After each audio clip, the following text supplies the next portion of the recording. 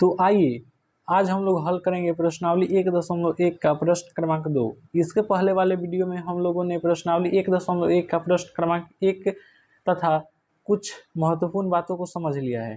तो बिना देर करते हुए हम लोग प्रश्नावली 1.1 का प्रश्न क्रमांक 2 तथा 3 को आज हल करेंगे। तो चलिए वीडियो को शुरू करते हैं।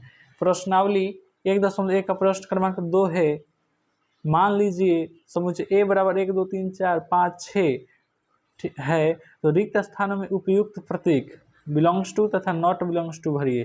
ठीक, इसके बारे में थोड़ा सा हम लोग चर्चा कर लें। तो देखिए, इसको बोला जाता है क्या, इसको बोला जाता है बिलोंग्स टू। ठीक, बिलोंग्स टू, और फिर इसको तो नॉट बिलोंग्स टू। ठीक, इसका अर्थ है बिलोंग्स टू का सदस्य है या में है, और नॉट बिलोंग्स टू का अर्थ होता है सदस्य नहीं है और में नहीं है। और इससे बिलोंग जो इस साइन देख रहे हैं आप, इसे बोला जाता है इप्सिलॉन। क्या बोला जाता है? इप्सिलॉन। ठीक, तो अब हम लोग प्रश्न क्रमांक 2 की तरफ बढ़ते हैं। देखिए, प्रश्न क्रमांक 2 है, मान लीजिए समुच्चय ए बराबर इतना है, तो रिक्त स्थानों में उपयुक्त प्रतीक बिलोंग्स टू तथा नॉट बिलोंग्स टू भरिए। तो चलिए भरा जाए। पहला है प्रश्न 5-A। अब हमें आप बताइए, जो 5 है ए का सदस्य है कि नहीं है? सदस्य है, तो आप बिलोंग्स टू का साइन भरिएगा। चलिए हम लोग भर दिए बिलोंग्स टू का। अब चलिए दूसरे नंबर वाला प्रश्न क्या कह रहा है, जो 8 है वो ए का सदस्य है कि नहीं? इसमें 8 कहीं दिख रहा है क्या? 6 तक ही दिख रहा है, तो ये क्या हो जाएगा? नॉट बिलोंग्स टू, अर्थात जो 8 है वो ए का सदस्य नहीं है। अब देखिए, 0 क्या ए में है क्या? 0 तो है ही नहीं, 1 से 6 तक है, तो इसमें भी क्या भरिएगा? Not belongs to. अब देखिए, 4 ए में है क्या? 4 ए में है, तो क्या हो जाएगा? ये 4 जो है ए का सदस्य है कि नहीं? ठीक, और इसको बोला जाता है अवयव। जो कर्ली ब्रैकेट के अंदर होता है उसे क्या बोलेंगे? अवयव। ठीक, अब देखिए 2 ए का सदस्य है कि नहीं? हाँ, 2 ए का सदस्य है, तो भैया इसमें क्या भर दीजिएगा आप? Belongs to. अब देखिए प्रश्न क्रमांक 6 है 2 नंबर का, 10 जो है वो ए का सदस्य है कि नहीं? नहीं, 10 ए का सदस्य नहीं है, क्योंकि देखिए 10 इसमें कहीं दिख रहा है क्या? नहीं दिख रहा है, तो 10 क्या हो जाएगा? Not belongs to. चलिए अब हम लोग प्रश्न क्रमांक 3 की तरफ बढ़ते हैं और प्रश्न क्रमांक 3 को भी अच्छे से समझते हैं। चलिए, प्रश्न क्रमांक 3 कह रहा है, निम्नलिखित समुच्चयों को रोस्टर रूप में लिखिए। जो यहाँ पे समुच्चय दिया गया है आपको, ठीक है, इसको रोस्टर रूप में लिखना है आपको। प्रश्नावली 1.1 का प्रश्न क्रमांक 1 जिन्होंने भी नहीं देखा है उस जाकर कृपया उस वीडियो को जरूर देखें, क्योंकि उसमें हम बताए थे कि प्रश्नावली जो 1.1 है, इसको समझने के लिए, मतलब बनाने के लिए, हल करने के लिए कितनी बातों को समझना आवश्यक है। अगर उतना बातों को आप समझ जाते हैं तो प्रश्नावली 1.1 आपके मुट्ठी में।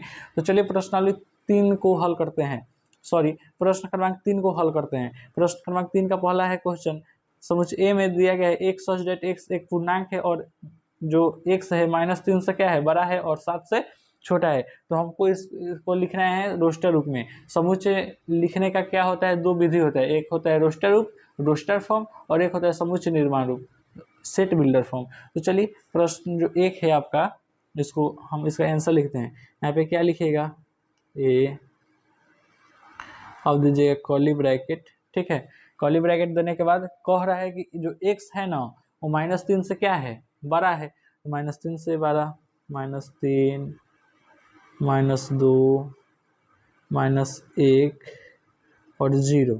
ठीक, और x जो है वो 7 से छोटा है, तो 7 से छोटा तक चलते हैं। फिर 1 2 3 4 5 6 और 7। चलिए हम लोगों ने प्रश्न क्रमांक 1 को हल कर लिया, प्रश्न क्रमांक 2 को हल करते हैं। अब देखिए प्रश्न क्रमांक 2 कह रहा है, समुच्चय बी में दिया गया एक सच डेट एक संख्या 6 से कम एक प्रकृत संख्या है। प्रश्नावली 1.1 का प्रश्न क्रमांक 1 में हम इसके बारे में एक एग्जाम्पल बताए थे, सेम वही क्वेश्चन है। चलिए इसको उसी अंदाज में हल करते हैं। तो यहाँ पे फिर लिखेंगे, जो यहाँ पर दिया गया होगा समुच्चय के रूप में लेटर वही इस्तेमाल करेंगे। तो यहाँ पे फिर हम लोगों ने बी लिख दिया। और देखिए 6 से कम एक प्रकृत संख्या है। प्रकृत संख्या क्या होती है? 1 से शुरू होती है, मतलब गिनती की संख्या को प्रकृत संख्या कहते हैं। प्राकृतिक संख्या को अंग्रेजी में नेचुरल नंबर भी बोला जाता है, जिसे n से डिनोट किया जाता है। चलिए अब फिर कर्ली ब्रैकेट, अब यहाँ पे लिखे 1 2 3 4 5, ठीक, मतलब ये क्या हो गया आपका, ये 6 से कम एक प्राकृतिक संख्या हो गया। अब प्रश्न क्रमांक 3 है, समुच्चय सी में दिया गया x और जेड x 2 अंकों की ऐसी प्राकृतिक संख्या है जिसके अंकों का योगफल कितना है भैया, तो 8 है। हमको दो ऐसी प्राकृतिक संख्या को चुनना है जिसके अंकों का योगफल क्या हो जाए, 8 हो जाए, अर्थात इकाई अंक और दहाई अंक को जोड़ने पर क्या होगा, 8 हो जाए, तो वही अंक इसमें लिखा जाएगा। तो चलिए यहाँ पे लिखते हैं, ये जो प्रश्न है ना, इसमें रंग डालकर थोड़ा रंगहीन बना दिया गया है, तो इससे घबराने की जरूरत नहीं है, क्योंकि ये भी उतना कोई खास प्रश्न नहीं है, ये भी चुटकी बजाते हैं सॉल्व हो जाएगा अगर आप समझ सकते हैं तो। अब देखिए 1 और 7 17 लिखते हैं, ये इकाई का स्थान हो गया, दहाई का स्थान हो गया, तो 1 और 7 को जोड़ने पर क्या हो जाएगा, 8 हो जाएगा। इसी तरह कुछ और एक ले लेते हैं, अंक संख्या ले लेते हैं 26, इसमें भी जोड़िएगा तो क्या हो जाएगा, 8 हो जाएगा। 35, ठीक, 44, 53, 62, 71, 80, चलिए इतना ही होगा, इससे ज़्यादा नहीं होगा।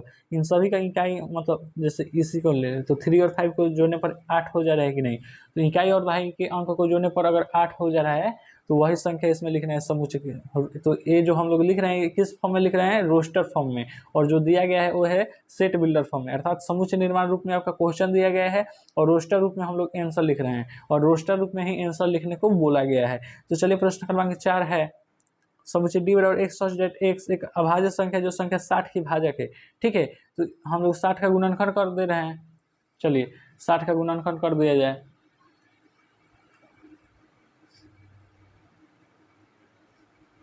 चलिए 60 का गुणनखंड करिएगा तो क्या होगा, देखिए 2 से 30 होगा तो 32 या 60, 52 या 30, 5 3 या 15 और 5 1 या 5, ठीक है, इसका गुणनखंड हमने कर दिया, अर्थात 60 बराबर 2 गुना 2 गुना 3 गुना 5, ठीक। तो आप जानते हैं कि समुच्चय जब लिखा जाता है तो एक संख्या अगर 2 बार दिया गया है तो उससे दोहराया नहीं जाता, केवल उससे सिंगल लिखा जाता है, तो 2 यहाँ 2 बार आया है तो 2 को एक बार लिख दिए, और बाकी सब एक एक बार आया है दोनों में से, तो दोनों में से लिख दिए। अब इसी को क्या लिखेंगे, ये 2 3 5 जो है संख्या 60 का भाजक है, तो आंसर में आप क्या लिखिएगा, आंसर 4 का डी लिखिएगा, डी से समुच्चय कैपिटल लेटर से डिनोट किया जाता है, और फिर कर्ली ब्रैकेट इसमें लिख दीजिएगा 2 3 5, आपका प्रश्न क्रमांक 4 का आंसर हो गया।